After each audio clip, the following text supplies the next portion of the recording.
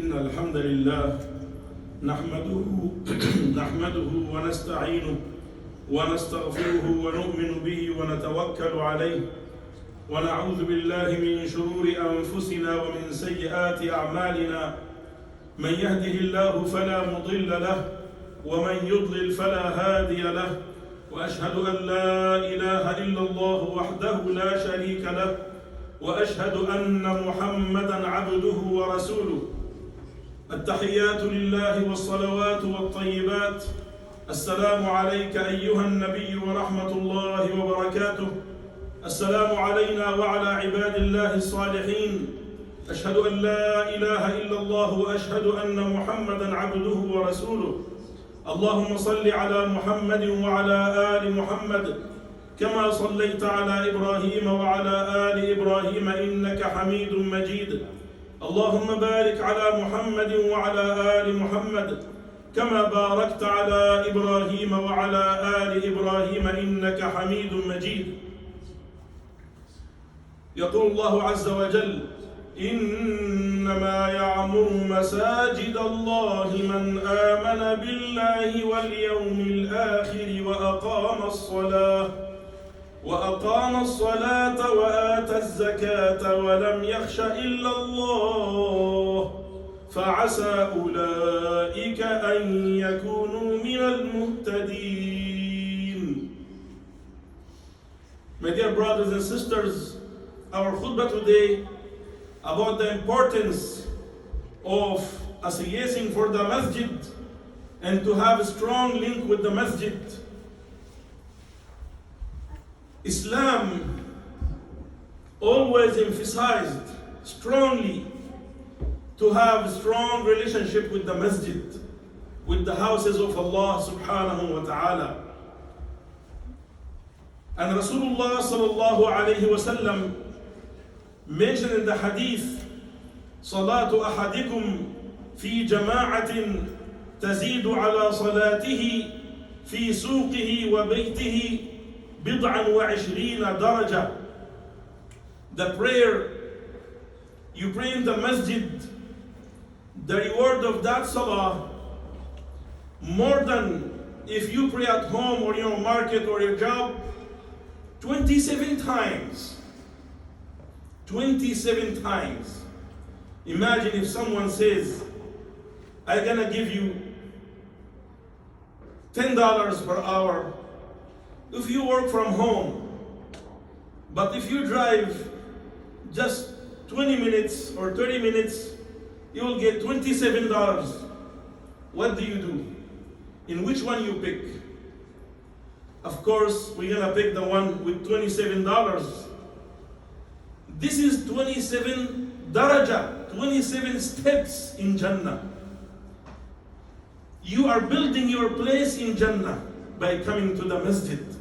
Another hadith of Rasulullah sallallahu alayhi wa sallam: لم يخطو خطوة إلا رفع له بها درجة أو حطت عنه بها خطيئة. On every step to the masjid which he takes in his way to the masjid, he will be raised 1 degree, or one of his sins will be forgiven. How many steps from your home or your work to the masjid? That's thousands. If you drive, how many rounds of your tire to come to the masjid? That's thousands. Imagine if you do that every single day. How many rewards you can make in your account. And Rasulullah sallallahu alayhi wa sallam also said, من غدا إلى المسجد أو راح أعد الله له في الجنة نزلا كلما غدا أو راح. If you go to the masjid in the morning or in the evening, which is Salat al-Fajr or Salat al-Isha, you will get a house in Jannah. A house in Jannah. Why this is great reward for very small effort we spend to the masjid? Because Rasulullah sallallahu alaihi wasallam wants us to have a strong relationship with the masjid. This is our center. This is our place.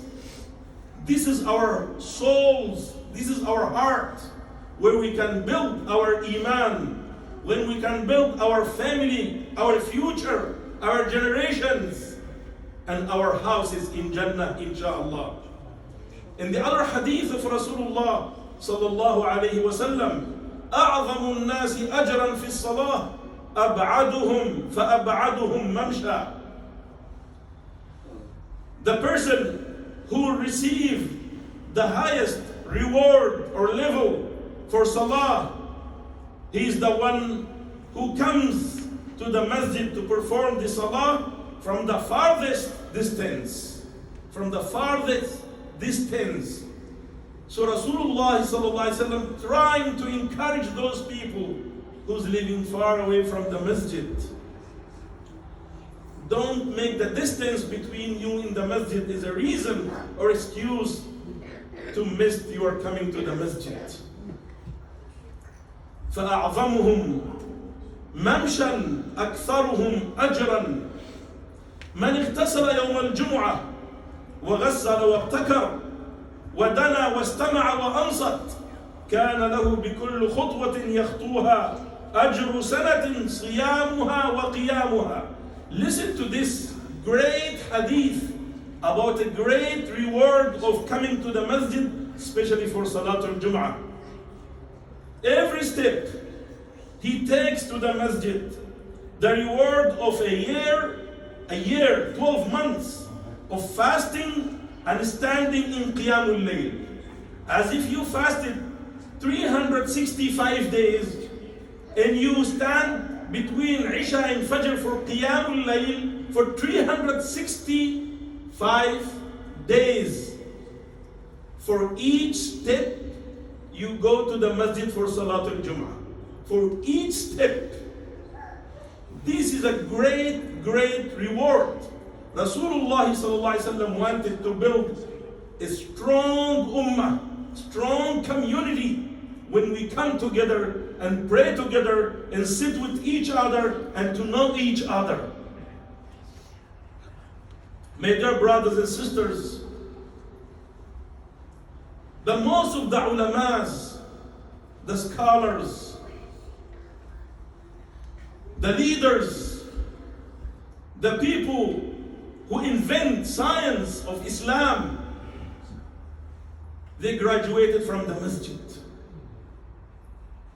The khulafa, Abu Bakr, Umar, Uthman, Ali, and other khulafas, they were graduated from the masjid.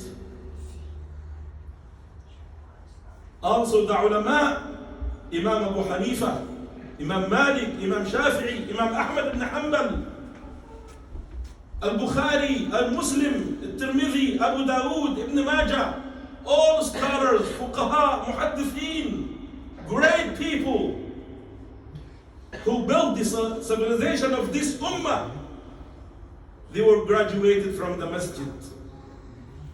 The leaders who conquered and opened the world, like Nuruddin Zinki, Salah ad-Din al-Ayyubi, Tarr al-Bek, and Ahmad Yasin, and others, thousands of leaders, they graduated from the masjid.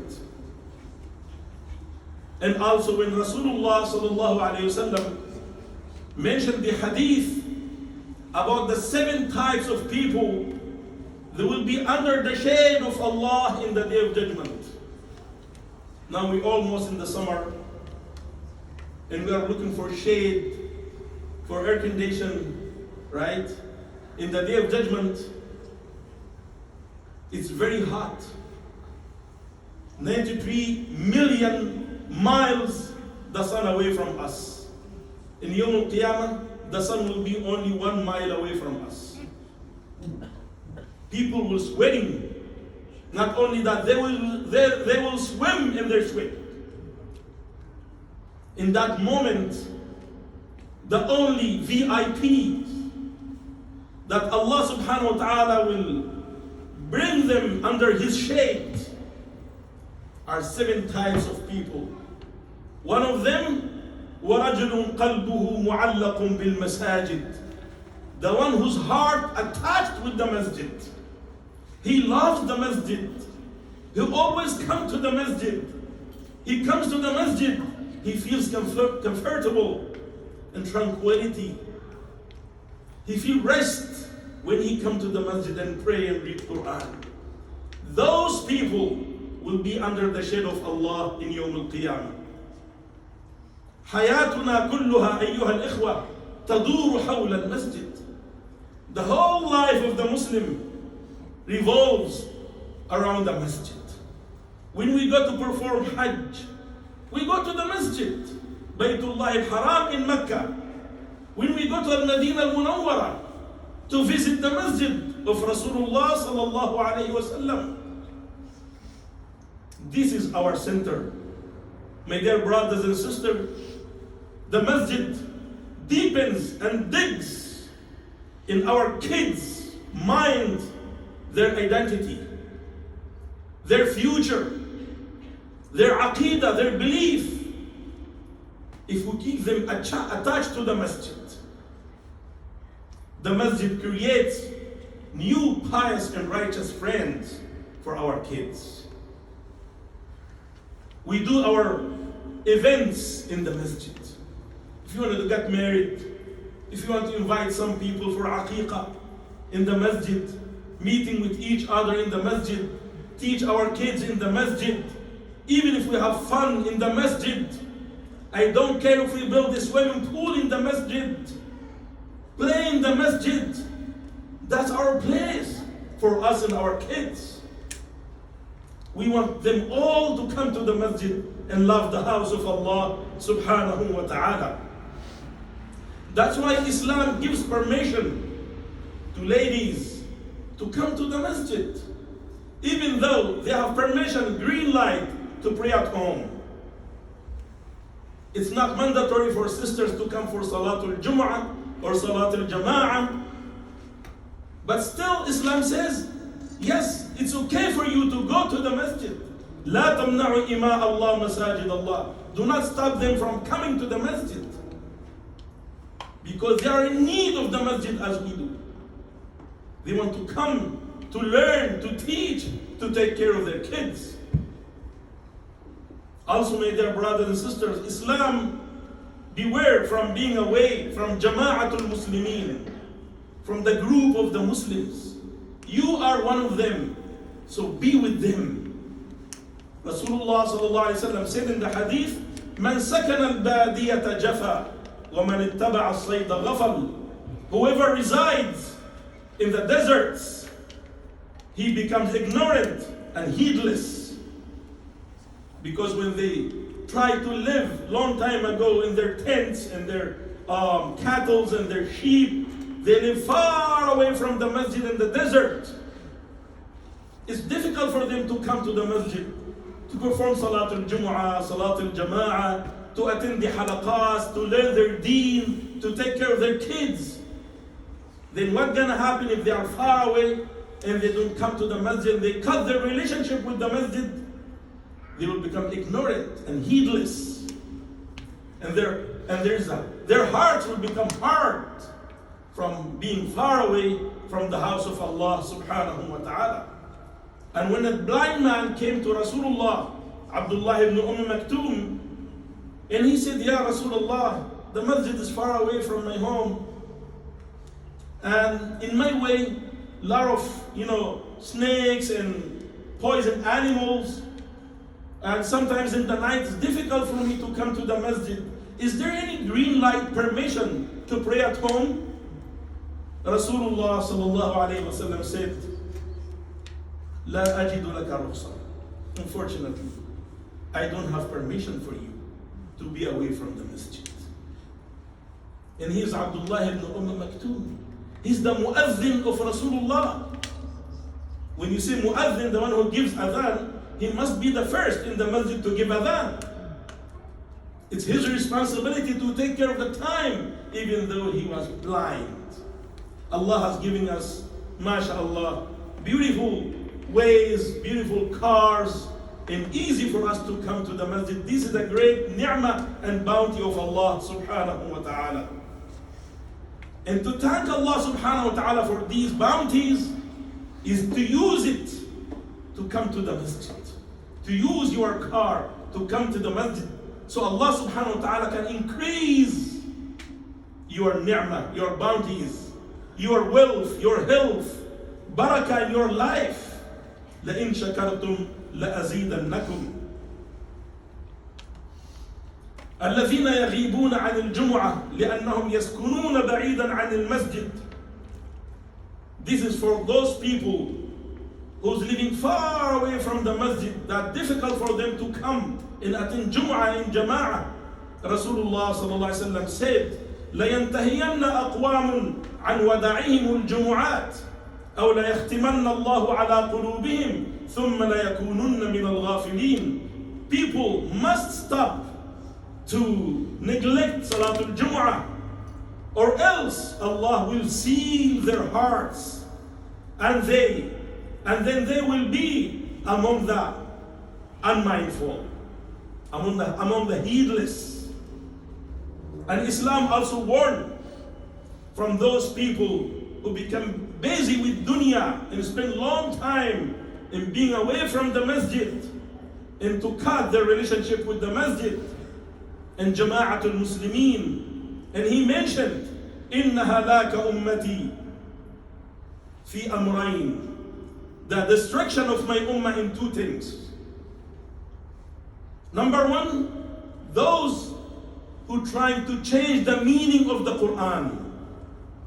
They are trying to explain the Quran according to their desires. That's number one. Number two, those people who's trying to cut off their relationship with Jama'atul Muslimin, with the Muslim community. These two things is very, very dangerous. When this ummah, my dear brothers and sisters, cut off their relationship with the masjid, they are going from weakness to weakness. But alhamdulillah, the good news, now the ummah is coming back to Allah subhanahu wa ta'ala. After 100 years, when the Khilafah fell down in 1923, after 100 years from weakness, ignorance and heedless, now they're back to Allah subhanahu wa ta'ala. After receiving many slaps everywhere in the world. Look at Kashmir, Afghanistan, Sudan, Yemen, Iraq, Syria, now Pakistan, Palestine. Everywhere you see a lot of problems, a lot of slaps from Allah Azza wa Jal. Allah is telling us, hey, wake up, wake up, wake up. Kuntum khayra ummatin ukhrijat linnas. You are the best of nations. You are nation number 70. There were 69 nations before us. We are the last one. There is nothing after this ummah except the day of judgment. Wake up this ummah. My dear brothers and sisters, if you go back 40, 50 years, you will not find in the masajid except the old age. Nowadays, the masajid are full everywhere, especially with young men. This is a good sign that ummah is going back to Allah subhanahu wa ta'ala. May Allah subhanahu wa ta'ala protect us, protect our generations, and protect us from the fitna, and keep the masajid attached to our hearts. ربنا تقبل منا وتب علينا واغفر لنا توبوا إلى الله واستغفروا اللهم اغفر لنا.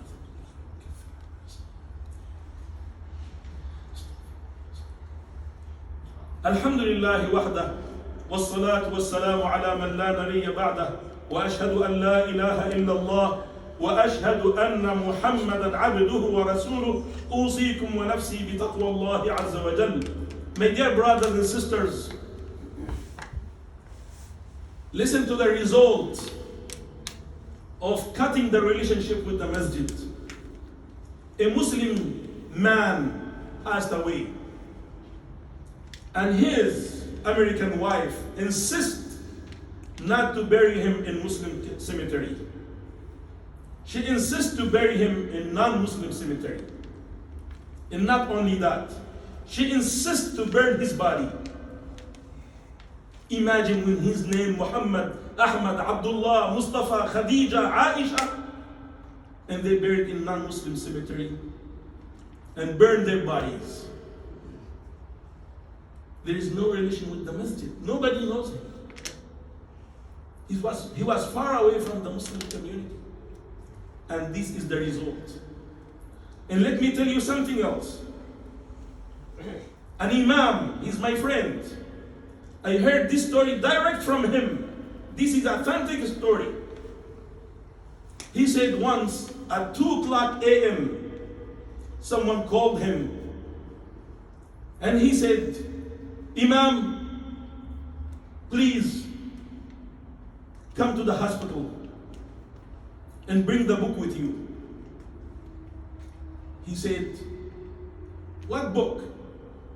He said, the book you read, you guys read. He said, I know, we have a lot of books. He said, the book, the book. He said, what's going on? He said, my dad passed away and I want you to come with the book. He said, you mean Quran? He said, yes. He said, okay. He was confused if he's Muslim or not. When he went to the hospital, the Imam knew that this is Muslim family. And the one who called him, he's the oldest son of this guy. He doesn't know the name of the book. If you ask any Christian or Jew or any Hindu, what's the name of the book of Muslims, they're gonna say Quran. But this guy, whose father is Muslim and his grandfather is Muslim, he doesn't know the name of the book. Listen to this story. The Imam said, I went to the hospital, I entered the room, and they were washing his body. Someone holding a hose in the corner of the room, and the body completely naked in the other corner. And he is spraying water on the body from the other corner. The Sheikh came to him and he said, hey, he's not a car. Are you washing car? He's a human. Give me the hose. I'm gonna take care of him. Listen, my dear brothers and sisters, when someone cuts his relationship with the masjid, and not only that, he cuts his offspring, his kids' relationship with the masjid. That's why they don't know what's the name of the book. After washing his body, he took care of that, put Salatul Janazah on him, he buried him. I don't want to go in detail of the story. I'm going fast. Then the Sheikh, next day, he attended the condolence for that guy. Looks like that guy was very rich, and he has a lot of friends. And when he attended the gathering of the condolence, he found 95% non-Muslim. Most of them non-Muslim. Yes, non-Muslim. I heard that by my ears from a person. He was talking to me, and he said, Alhamdulillah, I living in such and such country, non-Muslim country, and Alhamdulillah, most of my friends non-Muslim. He's saying, Alhamdulillah, most of my friends non-Muslim. Some people feel proud of that. I don't know why. This is the result. And when the Sheikh, the Imam, was talking to the audience, during his speech, one of the ladies stood up and she said, you mean the person who died, he was Muslim? He said, yes. She said, oh, I wasn't know that. I'm a wife of his son. She's wife of his son, the one who called the Imam. And she wasn't know that her husband is Muslim and his father is Muslim. Don't know. This is the result, my dear brothers and sisters. Do you like to be in that situation? Do you like your kids to be in that situation? No. Then you need to work hard. You need to work for decades to be in the good situation when you meet Allah subhanahu wa ta'ala. And make sure, if you are weak in coming to the masjid, and your relationship is weak of coming to the masjid, then make sure that your son's relation of the masjid will be weaker and weaker. If you are weak in your iman, in your salah, and being religious, make sure your son's iman and belief in being have relation with the masjid will be weaker and weaker. You can see it nowadays. If your kids couldn't speak their mother language, Arabic, Urdu, Bengali, or whatever of those languages, then make sure that their kids will not be able to talk that language. They completely will forget. And we can see that nowadays. So my dear brothers and sisters, back to the masjid. Let's create a strong environment where we can protect ourselves in our generations, especially nowadays. When you hear about the LGBTQ+, plus, it comes in the end, which means they're still expecting more and more fitna. Just 2 hours ago, I received a call from a family with their kids. They are saying we're moving from Washington to different states. But that's not the solution. Solution is not to move from here to there or from here to back home. The solution is to take care of your iman first and your kids. To create our own environment here. We can take care of them.